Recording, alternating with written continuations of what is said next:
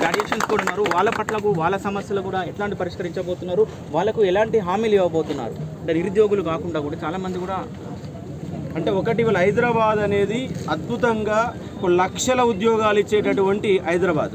కానీ హైదరాబాదు పేరుకే మనకు రాజధాని. హైదరాబాదులో ప్రైవేటు కంపెనీలలో ఒక్క తెలంగాణ బిడ్డ లేడు, అంత ఆంధ్రలో కబ్జాలో ఉంది. ముఖ్యంగా ఫార్మా రంగం 95% వీళ్ళ ఆంధ్రలో గుప్పెట్లో ఉంది. ఇక్కడ నీళ్లు తీసుకుంటారు, ఇక్కడ భూమి తీసుకుంటారు, ప్రభుత్వ వనరులు వాడుకుంటారు, మార్కెట్ను వాడుకుంటారు. కానీ తెలంగాణ బిడ్డ పోతే ఉద్యోగం ఇవ్వరు, రెజ్యూమ్ ఇస్తే పక్కన పడేస్తారు. పై స్థాయి పిహెచ్డి క్యాండిడేట్ ఒక రీసెర్చ్ స్కాలర్ పోయినా కూడా కింది స్థాయి ఉద్యోగం ఇస్తారు. కానీ ఫార్మా మొత్తం వ్యవస్థ ఆంధ్ర గుప్పెట్లో ఉంది. ఇలా సాఫ్ట్వేర్ మొత్తం కూడా ఆంధ్ర వల్ల మిగతా రాష్ట్రాల గుప్పెట్లో ఉంది. పేరుకేం హైదరాబాద్ని ఉపయోగించుకొని ఐటీ హబ్ అంటున్నారు. ఐటీ హబ్లో తెలంగాణ బిడ్డలు ఎంతమందిలో ప్రభుత్వాలు సమాధానం చెప్పాలా? అక్కడ ఐటీ రంగంలో నిరుద్యోగులు కావాల్సిన టెక్నికల్ స్కిల్స్ అన్ని కూడా నేర్పించి గవర్నమెంట్ కనుక నిర్ణయం తీసుకోకపోతే సొంతంగా నా అకాడమీ ద్వారా వివిధ మేధావులందరూ ఏకం చేసి, డబ్బులున్న వాళ్ళందరూ ఏకం చేసి ఉచితంగా రాష్ట్ర వ్యాప్తంగా ఏ విద్యార్థికి ఏ కోచింగ్ అవసరమో ఆ కోచింగ్ని ప్రొవైడ్ చేయబోతున్నా. ఇవాళ ₹1 గ్రూప్ 2 మొత్తం కోర్సు ఇచ్చిన. నాట్ ఓన్లీ గ్రూప్ 2 కాదు, రాష్ట్రంలో దేశంలో తెలంగాణ వాళ్ళు ఏ ఎగ్జామ్లకైతే ప్రిపేర్ అవుతున్నారో ప్రతి ఒక్క వ్యక్తికి కూడా ఫ్రీ కోచింగ్ అనేది అవైలబుల్ చేయాలా.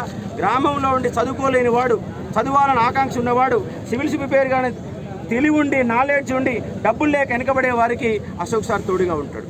నా ఎజెండా మొత్తం కూడా నిరుద్యోగ ఎజెండా, ఉద్యోగుల ఎజెండా. ఇవాళ ఉద్యోగులకు కాంగ్రెస్ గవర్నమెంట్ అధికారంలో రాగానే పెండింగ్లో ఉన్న 3 DAలు తెల్లారిస్తామని చెప్పారు. అంటే డిసెంబర్ 10వ తారీఖు నాడు ఇవాళ డిసెంబర్ పోయింది, జనవరి పోయింది, ఫిబ్రవరి పోయింది, మే వచ్చింది, ఇంతవరకు DA గురించి మాట్లాడినోడు లేడు. కానీ ఉద్యోగుల సమస్యలు ఉన్నాయి, వాళ్ళకి హెల్త్ కార్డు సమస్యలు ఉన్నాయి, వాళ్ళకి పెన్షన్ వస్తే ఒకేసారి డబ్బులు ఇస్తే పిల్లలంతా ఎత్తుకొని పోతున్నారు. అదే పెన్షన్ కనుక ఉంటే 80 ఏళ్ళు వచ్చే వరకు కూడా తనకు సెక్యూరిటీ ఉంటుంది. కానీ ఒకేసారి మొత్తం CPS రూపంలో ఒకేసారి డబ్బులు చేసుకుంటే ఎట్లయిపోతుంది? 20 లక్షలు వస్తే ప్లాట్ కొంటారు, ఆ ప్లాట్ వాడు పిల్లలు ఎత్తుకొని పోతారు. మరి ఆ యొక్క పెన్షనర్స్ రిటైర్ అయిన వాళ్ళ బతుకులు ఎట్లా ఉండాలా? ఇక్కడ కంపల్సరీగా పాత విధానంలో ఎట్లయితే పెన్షన్ ఉందో ఆ పెన్షన్ విధానం కోసం కొట్లాడుతాం. ఎందుకంటే వాళ్ళు ఒక 30 ఏళ్ల పాటు ప్రభుత్వానికి సర్వీస్ అందజేస్తున్నారు. 30 ఏళ్ల పాటు సర్వీస్ అందించిన వ్యక్తికి ఇంకో 20 ఏళ్ల పాటు ప్రభుత్వాలు ఎందుకంటే కూడా ఉంటుంది.